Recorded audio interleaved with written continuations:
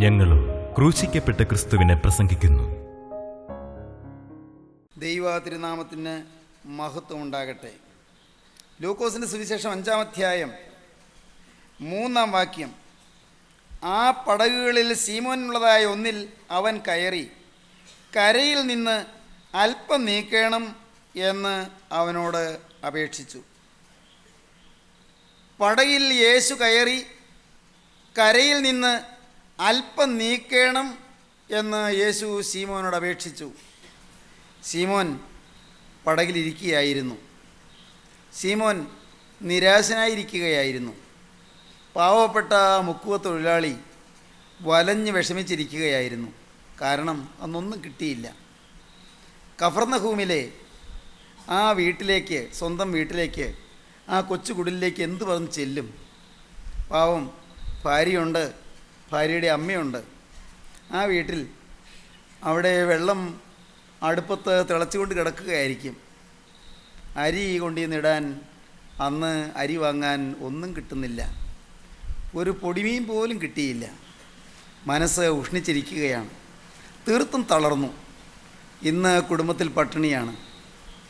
ആകുലഭാരം കൊണ്ട് വലഞ്ഞ് വിഷമിച്ച് മനസ്സ് പതറി ഉലഞ്ഞ് പാവം സീമോന പടയിലിരിക്കുകയാണ്. താടിക്ക് കയ്യും കൊടുത്ത് ക്ഷീണിതനായി മുഖം വാടി, അകവും വാടി, ഹൃദയം തകർന്ന് നിരാശയിൽ മുങ്ങി പാവം സീമോൻ ഇരിക്കുകയാണ്. യേശു അപ്പോഴുണ്ട് ഗലീല കടൽപ്പുറത്ത് കൂടി നടന്നു വരുന്നു. ആരെല്ലാമോ കരയിലൂടെ നടക്കുന്നുണ്ടല്ലോ. സീമോൻ ഗവനിച്ചേയില്ല. ആരെയും കാണാൻ തോന്നുന്നില്ല. ഉള്ളിൽ നിറയെ ഭാരം, ഉള്ളിൽ നിറയെ ആകുലം, വറി ആൻഡ് കെയർ. ഹൃദയം നിറയെ ആകുല ഭാരം. മനസ്സിന് സ്വസ്ഥതയില്ല. ആകെ ഒന്നേ ചിന്തയുള്ളൂ, എങ്ങനെ ജീവിക്കും? ഇന്നൊരു മീൻ പോലും കിട്ടിയില്ല. എങ്ങനെ കുടുംബത്തിലെ പട്ടിണി മാറും? എന്ത് ചെയ്യും? ഇന്ന് കുടുംബത്തിൽ തീപ്പുക, അത് കെട്ടുപോകത്തക്ക സ്ഥിതിയിലായല്ലോ. എൻ്റെ ദൈവമേ, എന്താ സ്ഥിതി?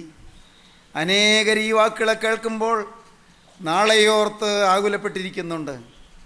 പല കാര്യങ്ങളിൽ മനസ്സ് പീഡിതമായിരിക്കുന്നുണ്ട്.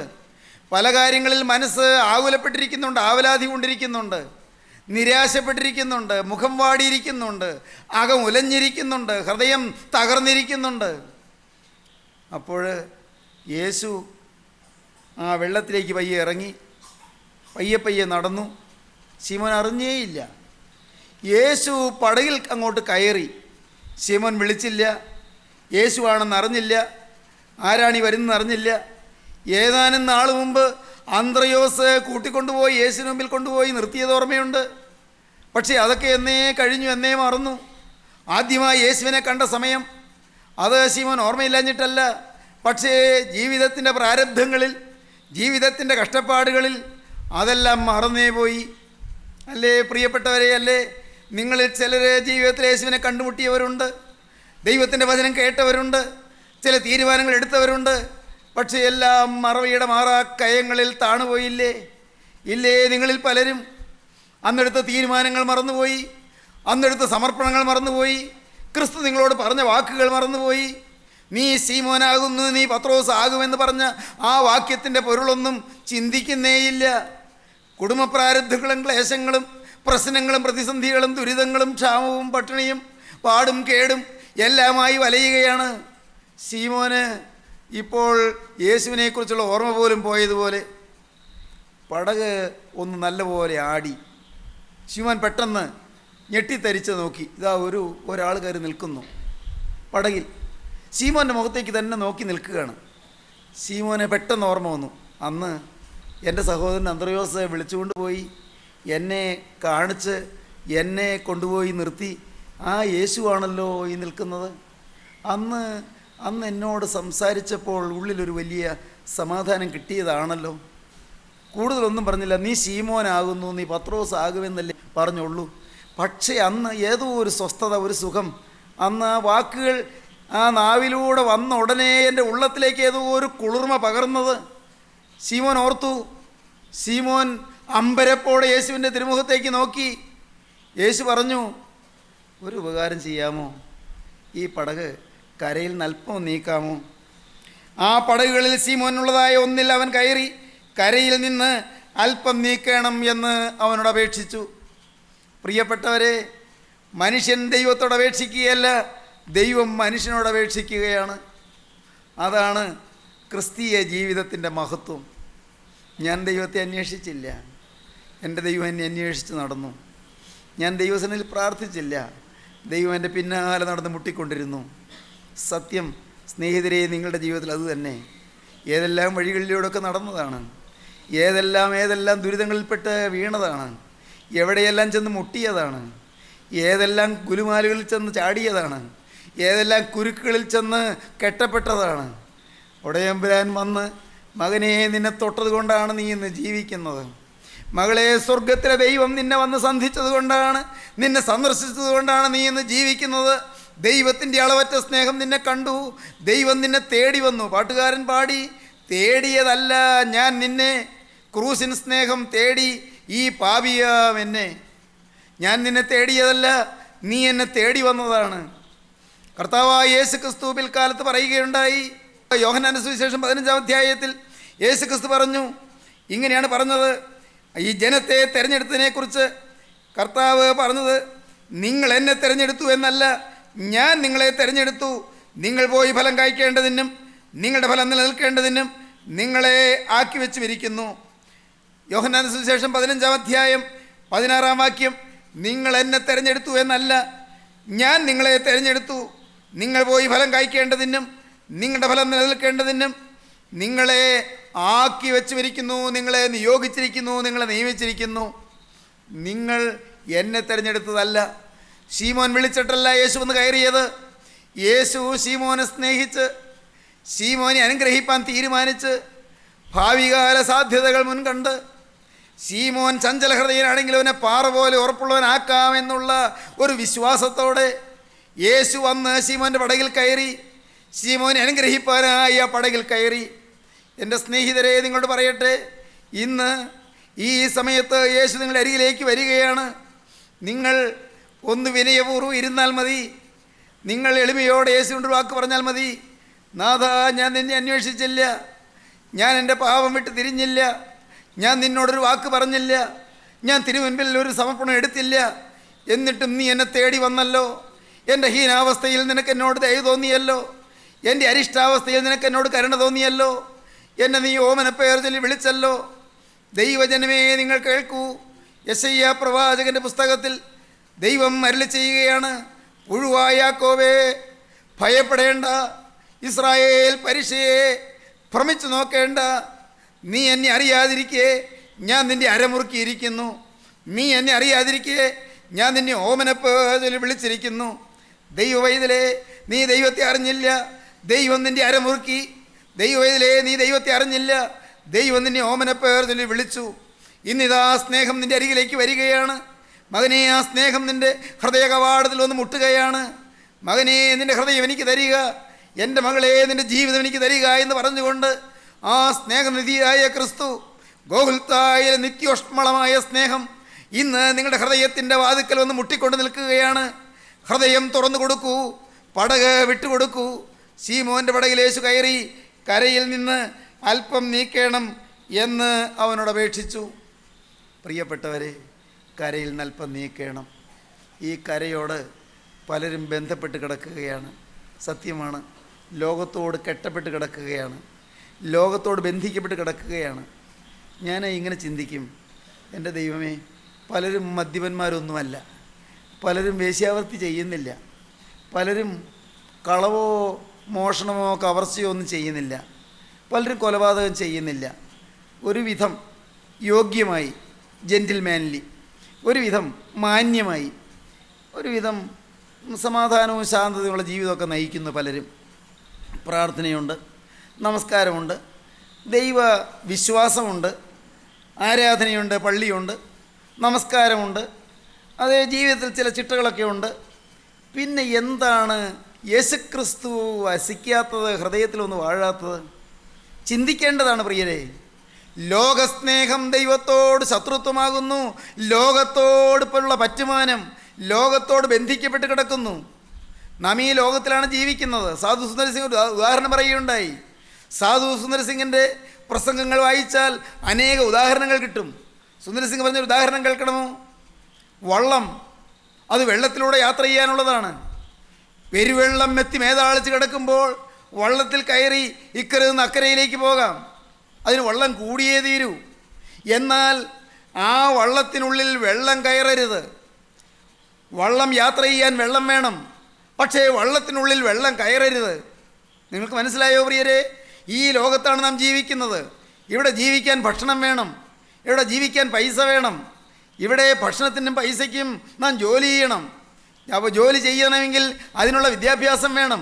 കുഞ്ഞുങ്ങളെ പഠിക്കണം, നല്ലതുപോലെ അധ്വാനിക്കണം, പാടത്ത് പണിയെടുക്കണം, അല്ലെങ്കിൽ തോട്ടത്തിൽ പറമ്പിൽ പണിയെടുക്കണം, ജോലി ചെയ്യണം. എന്തിന്? ആഹാരം വേണം, ആഹാരം കഴിക്കണം, പൈസ വരുമാനം വേണം. എന്തിന്? ജീവിക്കാൻ. ഇതെല്ലാം വേണം. പക്ഷേ ഈ ലോകമാകുന്ന വെള്ളം ഈ വള്ളത്തിൽ കടക്കരുത്.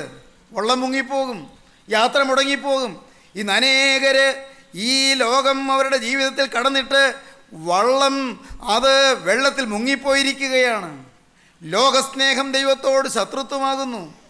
പണത്തിൻ്റെ അടിമയാകരുത്, സ്വത്തിൻ്റെ അടിമയാകരുത്. പ്രിയപ്പെട്ടവരെ, സ്ഥാനമാനങ്ങളുടെ അടിമയാകരുത്. സ്ഥാനമോഹം പാടില്ല, ദ്രവ്യാഗ്രഹം പാടില്ല, ലോകപ്രതാപമോഹം പാടില്ല. ഈ ലോകത്തിൻ്റെ പ്രതാപത്തിൻ്റെ പിറകെ പോകുന്നെങ്കിൽ ക്രിസ്തുവിനെ കിട്ടുകയില്ല. കുരിശും പേറിപ്പോയവൻ്റെ പിറകെ പോകാൻ സാധ്യമാവില്ല. ക്രിസ്തുവിൻ്റെ പിറകെ പോകണമെങ്കിൽ ലോകത്തിന് മരിച്ചവനായിത്തീരണം. വേണമെങ്കിൽ ലോകത്തെ ചപ്പും ചവറുമെന്നെണ്ണിയ അപ്പോസ്തലനായ പൗലോസ് പറഞ്ഞു, ഞാൻ സകല ഉപേക്ഷിച്ച് എല്ലാം ചപ്പെന്നും ചവറെന്നും എണ്ണുന്നു എന്ന്. റോമൻ പൗരത്വം ജന്മനാ സിദ്ധിച്ച അപ്പോസ്തലനായ പൗലോസ്, സന്നദ്ധരെയും സംഘത്തിലെ അംഗമായ അപ്പോസ്തലനായ പൗലോസ്, യഹൂദ ജാതിക്കാരനും ബെന്യാമീൻ ഗോത്രക്കാരനുമായ ഇസ്രായേലിനായ അപ്പോസ്തലനായ പൗലോസ്, അന്നത്തെ ഗ്രീക്ക് ഫിലോസഫി മുഴുവൻ പഠിച്ച വലിയൊരു ദാർശനികനായ അപ്പോസ്തലനായ പൗലോസ്, അന്നത്തെ ഏറ്റവും ഉയർന്ന വിദ്യാഭ്യാസം കിട്ടി പ്രൊഫസർ ഗമാലിയേലിൻ്റെ അരുമശിഷ്യനായി ഹീബ്രു യൂണിവേഴ്സിറ്റിയിൽ പഠിച്ചു വളർന്ന ഉയർന്ന ബിരുദധാരിയായ അപ്പോസ്തലനായ പൗലോസ്. പ്രിയപ്പെട്ടവരെ, അപ്പോസ്തലൻ പറയുന്നു, എനിക്ക് ലാഭമായിരുന്നൊക്കെയും ഞാൻ ക്രിസ്തു നിമിത്തം ഛേദമെന്നെണ്ണിയിരിക്കുന്നു. എൻ്റെ ദൈവമേ, ഞാൻ ഭയത്തോടെയാണ് ഈ വാക്കുകൾ പറയുന്നത്. ലാഭമായിരുന്നതെല്ലാം ഛേദമെന്നെണ്ണാൻ. ദൈവത്തിന് സ്തോത്രം. എല്ലാം നിസ്സാരമെന്ന് കാണാൻ. ജീവിക്കാൻ ലോകം വേണം, ജീവിക്കാൻ പൈസ വേണം, ജീവിക്കാൻ ആഹാരം വേണം. ശരിയാണ്, ഈ ലോക ജീവിതം കൂടിയേ കഴിയൂ. എന്തിനാ ജീവിക്കുന്നത്? ജീവിക്കാൻ. അതെ, എന്തിനാ ജീവിക്കുന്നത്? ജീവിക്കാൻ. എന്തിനാ ജീവിക്കുന്നത്? ആരും പറയും ജീവിക്കാൻ. എന്തിന്? മറുപടിയില്ല. എന്തിനാ ജീവിക്കണം? പ്രിയപ്പെട്ടവരെ, ജീവിക്കുന്നതിന് ഈ ഭൗതിക ജീവിതത്തിന് ലാക്കുണ്ട്. നിങ്ങൾ ചിന്തിച്ചിട്ടുണ്ടോ? എൻ്റെ ജീവിതം കൊണ്ട് സാധിക്കേണ്ടതെന്ത്? എനിക്ക് ഒരു കാലത്തും എത്താൻ സാധ്യമല്ലാത്ത സ്വർഗരാജ്യത്തിൽ എത്തണമെങ്കിൽ ഞാനൊരു പരിശുദ്ധനാകണം, ഞാൻ ക്രിസ്തു സദൃശനാകണം. അതിനുള്ള കാലയളവ് ഈ ഭൂമിയിലെ ആയുസ്സാണ്. ഈ ആയുസ് അതിനു വേണ്ടിയാണ്. ദൈവത്തിന് സ്തോത്രം. നിത്യത സ്വർഗരാജ്യത്തിൽ കഴിയുന്നതിന്, നിത്യത ക്രിസ്തുവിൻ്റെ രാജ്യത്തിൽ കഴിയുന്നതിന്, നിത്യത വിശുദ്ധന്മാരുടെ നിരയിൽ കഴിയുന്നതിന്, നിത്യജീവൻ്റെ അവകാശം കിട്ടുന്നതിന്, അതിന് വിശുദ്ധനാകാൻ സാധിക്കുന്ന ഒരേ ഒരു കാലയളവാണ് ഭൗതിക ജീവിത കാലയളവ്, ഈ ആയുഷ്കാലം. വിലയേറിയതാണ്. ലോകത്തെയും ലോകത്തിലുള്ളതിനെയും സ്നേഹിക്കരുത്. ലോകത്തിൻ്റെ സ്നേഹിതനാകുവാൻ ഇച്ഛിക്കുന്നവനെല്ലാം ദൈവത്തിൻ്റെ ശത്രുവാകുന്നുവെന്ന് യാക്കോബ് ശ്ലീഹ പറയും 4-ാം അധ്യായത്തിൽ. യാക്കോബിൻ്റെ പുസ്തകം 4-ാം അധ്യായം. യാക്കോബിൻ്റെ ലേഖനത്തിൽ പറയും, ലോകസ്നേഹം ദൈവത്തോട് ശത്രുത്വമാകുന്നു.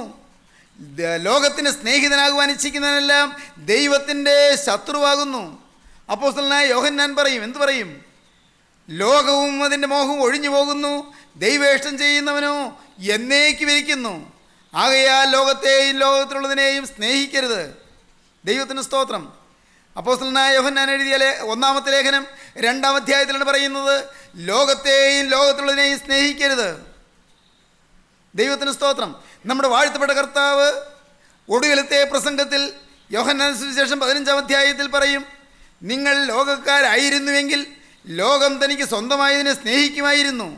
എന്നാൽ നിങ്ങൾ ലോകക്കാരായിരിക്കാതെ ഞാൻ നിങ്ങളെ ലോകത്തിൽ തിരഞ്ഞെടുത്തതുകൊണ്ട് ലോകം നിങ്ങളെ പകയ്ക്കുന്നു. ശ്രദ്ധയോടെ കേൾക്കൂ. യോഹന്നാൻ സുവിശേഷം 15-ാം അധ്യായത്തിലാണ് പറഞ്ഞത്. 18-19 വാക്യങ്ങൾ ശ്രദ്ധയോടെ കേൾക്കൂ. ലോകം നിങ്ങളെ പകയ്ക്കുന്നുവെങ്കിൽ അത് നിങ്ങൾക്ക് മുമ്പേ എന്നെ പകച്ചിരിക്കുന്നു എന്ന് അറിവീൻ. ഇന്ന് ലോകം നിങ്ങളെ വെറുക്കുന്നു, ലോകം നിങ്ങളെ പരിഹസിക്കുന്നു, ലോകത്തിലുള്ളവർ നിങ്ങളെ കളിയാക്കുന്നു, നിങ്ങളെ ആക്ഷേപിക്കുന്നു, നിങ്ങളെ അവമാനിക്കുന്നു, നിങ്ങളെ അപഹസിക്കുന്നു. ലോകം നിങ്ങളെ പകയ്ക്കുന്നുവെങ്കിൽ അത് നിങ്ങൾക്ക് മുമ്പേ എന്നെ പകച്ചിരിക്കുന്നു എന്ന് അറിവീൻ. നിങ്ങൾ ലോകക്കാർ ആയിരുന്നുവെങ്കിൽ ലോകം തനിക്ക് സ്വന്തമായതിനെ സ്നേഹിക്കുമായിരുന്നു. എന്നാൽ നിങ്ങൾ ലോകക്കാരായിരിക്കാതെ ഞാൻ നിങ്ങളെ ലോകത്തിൽ നിന്ന് തിരഞ്ഞെടുത്തതുകൊണ്ട് ലോകം നിങ്ങളെ പകയ്ക്കുന്നു. ലോകം, പ്രിയപ്പെട്ടവരെ, അനേകർ ലോകത്തിൻ്റെ അടിമകളാണ്, ലോകത്തിലെ പ്രതാപത്തിൻ്റെ അടിമകളാണ്, ലോകത്തിലെ സ്ഥാനമാനങ്ങളുടെ അടിമകളാണ്, ലോകത്തിലെ ബഹുമതിയുടെ അടിമകളാണ്. ലോകത്തിലെ വിലയും നിലയും വേണം, അതിനുവേണ്ടിയാണ് പലരും നിൽക്കുന്നത്. ദൈവത്തിന് സ്തോത്രം. പീലാത്തോസിന് അറിയാമായിരുന്നു യേശുവിനെ ക്രൂശിക്കേണ്ട കാര്യമില്ലെന്ന്. പക്ഷേ പീലാത്തോസിൻ്റെ ഉള്ളിൽ ലോകം വളർന്നു നിന്നിരുന്നു. ലോകത്തിലുള്ള ഔന്നത്യം, ലോകത്തിലെ ഉദ്യോഗം, ലോകത്തിലെ പദവി, ലോകത്തിലുള്ള ഗവർണർ ഉദ്യോഗം, കൈസറുടെ സ്നേഹിതൻ എന്നുള്ള പേര്, റോമൻ സീസറുടെ ഒരു ഉയർന്ന വിശ്വസ്തനായ ഉദ്യോഗസ്ഥൻ എന്നുള്ള പേരും പെരുമയും സ്ഥാനവും മാനവും പദവിയും പ്രൗഢിയും എല്ലാ ആഠ്യത്വവും നിലനിർത്തണം. പീലാത്തോസിന് അറിയാമായിരുന്നു ഈ യഹൂദന്മാർ അസൂയ നിമിത്തമാണ് യേശുവിനെ പിടിച്ച് ക്രൂശിക്കാൻ ഏൽപ്പിച്ചതെന്ന്. ഈ നീതിമാൻ രക്തത്തിൽ എനിക്ക് പങ്കില്ലെന്ന് പീലാത്തോസ് പറഞ്ഞു. നീതിമാനാണെന്നാണ് പറഞ്ഞത്. ഞാൻ ഈ നീതിമാനിലൊരു കുറ്റവും കാണുന്നില്ല എന്നാണ് പീലാത്തോസ് പറഞ്ഞത്. ഇവനിൽ ഞാനൊരു കുറ്റവും കാണുന്നില്ല. ആ നീതിമാൻ്റെ കാര്യത്തിൽ ഇടപെടരുതെന്ന് പീലാത്തോസിൻ്റെ ഭാര്യ പ്രത്യേകം ആളയച്ച് പറയിപ്പിച്ചു. നീതിമാൻ, നീതിമാൻ. പീലാത്തോസ് പറഞ്ഞു, ഭാര്യ പറഞ്ഞു, ശതാധിപൻ പറഞ്ഞു, എല്ലാവരും നീതിമാൻ, നീതിമാൻ എന്നാണ് പറയുന്നത്. ഇവരെന്തിനാ കുരിശിച്ച്? കാര്യമുണ്ട്. സ്ഥാനം നിർത്തണം, ലോകത്തിലെ പദവി നിലനിർത്തണം. ദൈവത്തിന് സ്തോത്രം. പ്രിയപ്പെട്ടവരെ, ലോകത്തിലെ സ്ഥാനത്തിൻ്റെയും മാനത്തിൻ്റെയും പിറകെ പോയാൽ കുരിശുമൊന്നും പിറകെ പോകാൻ സാധ്യമല്ല. ലോകമേതും യോഗ്യം അല്ലെനിക്കതാൽ ശോകമില്ല ഭാഗ്യം ഉണ്ട് ക്രിസ്തുവിൽ.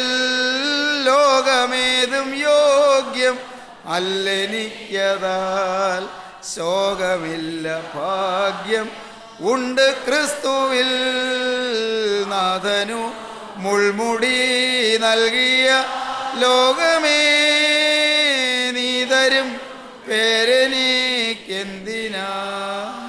നാഥനു മുൾമുടി നൽകിയ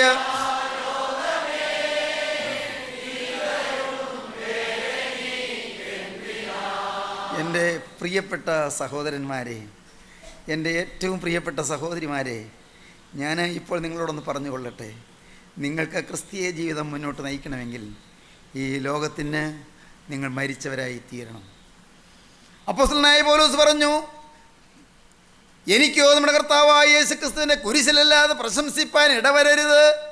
അവനാൽ ലോകം എനിക്കും ഞാൻ ലോകത്തിനും ക്രൂശിക്കപ്പെട്ടിരിക്കുന്നു. ദൈവത്തിന് സ്തോത്രം. അതുകൊണ്ട് ഇനി ജോലി ചെയ്യണ്ട, ഇനി കഞ്ഞി വയ്ക്കണ്ട, ഇനി പിള്ളേരെ പഠിപ്പിക്കണ്ട, ഇനി കല്യാണം നടത്തണ്ട, വേദവസ്തു എടുത്തുകൊണ്ട് കാട്ടിൽ പോയി തപസ് ചെയ്യുവാണോ? അല്ല പ്രിയരെ, അല്ല. ഈ വെള്ളത്തിൽ കൂടി യാത്ര ചെയ്യാൻ വെള്ളം വേണം. പക്ഷേ വള്ളത്തിൽ വെള്ളം കയറരുത്. ഇന്ന് അനേകർ ഈ വള്ളത്തിനകത്ത് വെള്ളം കയറി മുങ്ങിക്കിടക്കുകയാണ്. യേശു ശിവനോട് പറഞ്ഞു, കരയിൽ നിന്ന് അല്പം നീക്കണമെന്ന് അപേക്ഷിച്ചു. ദൈവത്തിന് സ്തോത്രം. ദൈവമക്കളെ, ഇന്ന് നിങ്ങളെന്തെല്ലാം തീരുമാനങ്ങൾ എടുക്കുന്നുണ്ട് ഇപ്പോൾ? കർത്താവേ, എനിക്ക് ലോകത്തിൻ്റെ ബഹുമാനം വേണ്ട, ലോകത്തിൻ്റെ പ്രീതിയും ലോകത്തിൻ്റെ അംഗീകരണവും വേണ്ട, ലോകത്തിൻ്റെയും ലോകമനുഷ്യരുടെയും റെക്കഗ്നീഷൻ വേണ്ട. ദൈവത്തിന് സ്തോത്രം. ഒയ്യോ, പറയാൻ എന്ത് എളുപ്പമല്ലേ. ദൈവത്തിന് സ്തോത്രം. ലോകത്തിൻ്റെയും ലോകമനുഷ്യരുടെയും റെക്കഗ്നീഷൻ വേണ്ട, അംഗീകാരം വേണ്ട. കർത്താവേ, എനിക്കൊന്നു മതി. കുരിശും പേറി ഗോകുൽത്താക്കുന്ന് കയറിയവൻ, എൻ്റെ കർത്താവേ, കുരിശിൽ 3 ആണികളിൽ തൂങ്ങിയവൻ, എൻ്റെ ദൈവമേ, എൻ്റെ ദൈവമേ, നീ എന്നെ കൈവിട്ടതെന്ത് എന്ന് പറഞ്ഞ് കരഞ്ഞവൻ, എൻ്റെ കരുണയുള്ള കർത്താവേ, എനിക്ക് ഈ യേശുവിൻ്റെ സാക്ഷിയായി തലമുറയിൽ നിന്നാൽ മതി. യേശുവിൻ്റെ പിറകെ കുരിശും പേറിക്കൊണ്ട് മന്ദം മന്ദം നടന്നാൽ മതി. യേശുവേ, നിൻ്റെ പിന്നാലെ കുരിശും പേറി നടക്കുമ്പോൾ എൻ്റെ ദൈവമേ, ഞാനൊരക്ഷരം പറഞ്ഞില്ലെങ്കിലും അനേകര് ഈ തീർത്ഥയാത്രാ സമൂഹത്തിൽ ചേർന്നുകൊള്ളും, സിയോൻ യാത്രാ സംഘത്തിൽ ചേർന്നുകൊള്ളും. യേശുവിൻ്റെ കുരിശും പേറിക്കൊണ്ട് യേശു പോയ അതേ കാൽച്ചുവടുകളിലൂടെ കർത്താവേ, ഞാനും ഇതാ വരുന്നു. എൻ്റെ ബഹുമാന്യ സഹോദരങ്ങളെ, ഇത് ഒരു ചലഞ്ചായി നിങ്ങൾ എടുക്കുമോ? ഇതൊരു വലിയ ആഹ്വാനമായി നിങ്ങൾ എടുക്കുമോ? ഇതൊരു വലിയ വെല്ലുവിളിയായി നിങ്ങൾ എടുക്കുമോ? സകലരാലും പരിഹസിക്കപ്പെട്ട്, സകലരാലും നിരസിക്കപ്പെട്ട്, സകലരും തള്ളിക്കളഞ്ഞ് ആരും കൂടെ നിൽക്കാനില്ലെന്ന് വരുമാറ് സ്വന്തം പ്രിയപ്പെട്ട ശിഷ്യൻ ഒറ്റിക്കൊടുത്തു. സ്വന്തം പ്രിയപ്പെട്ട ശിഷ്യൻ തള്ളിപ്പറഞ്ഞു. എല്ലാവരാലും നിരസിക്കപ്പെട്ട് കുരിശും പേറി വേച്ച് വേച്ച് കുന്നു കയറിയ കർത്താവായ യേശുവിൻ്റെ പിറകെ നടക്കാൻ നിങ്ങൾക്ക് താല്പര്യമോ?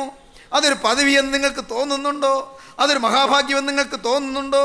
എങ്കിൽ മകനെ, നിനക്ക് സൗഭാഗ്യത്തിൻ്റെ ഉയർന്ന ശ്രേണികളിലേക്കും ശ്രേയസിൻ്റെ അത്യുന്നത ശൃംഗങ്ങളിലേക്കും നിനക്ക് നടന്നു കയറാം. നിനക്ക് സ്വർഗീയ മഹത്വത്തിൻ്റെ പങ്കാളിയാകാം. ദൈവത്തിന് സ്തോത്രം. അനുഗ്രഹത്തിൻ്റെ ബന്ധാവുകൾ നിനക്ക് നേടിയെടുക്കാം.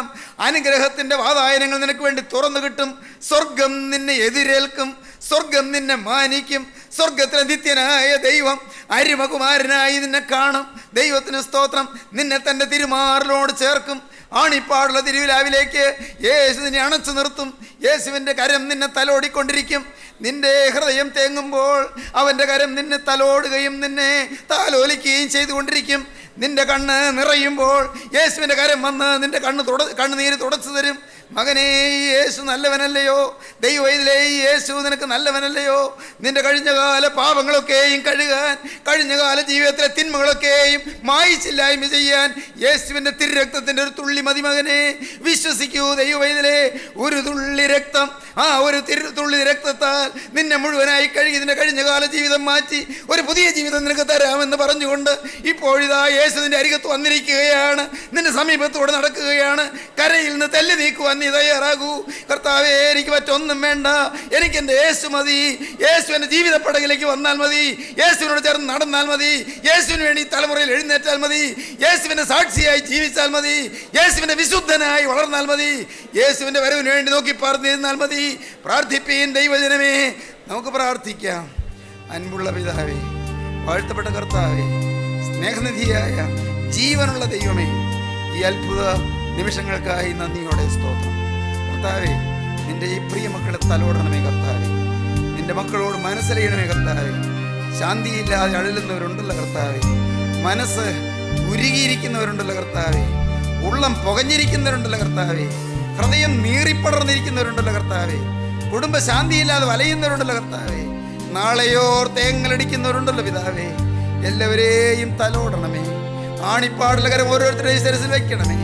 നാഥാ, നിന്റെ തൃക്കരത്താൽ ആശീർവദിക്കണമേ. കുടുംബങ്ങളിലേക്ക് യേശുവേ നിന്നെ കൈക്കൊള്ളുവാനുള്ള ഭാഗ്യം എല്ലാവർക്കും നൽകണമേ. ഹൃദയത്തിലേക്ക് യേശുവിനെ സ്വീകരിക്കാനുള്ള നൽവരം എല്ലാവർക്കും നൽകണമേ. സൗഭാഗ്യകാലങ്ങൾ എല്ലാവർക്കും നൽകണമേ. ആനന്ദ ഐശ്വര്യം എഴുന്ന മാസങ്ങളും അബ്ദങ്ങളും നൽകി എല്ലാവരെയും അനുഗ്രഹിക്കണമേ. മഹത്വം രാജാതിരാജൻ മാത്രം എടുക്കണമേ. യേശുക്രിസ്തുവിന്റെ രാജകീയ നാമത്തിൽ തന്നെ ആമീൻ.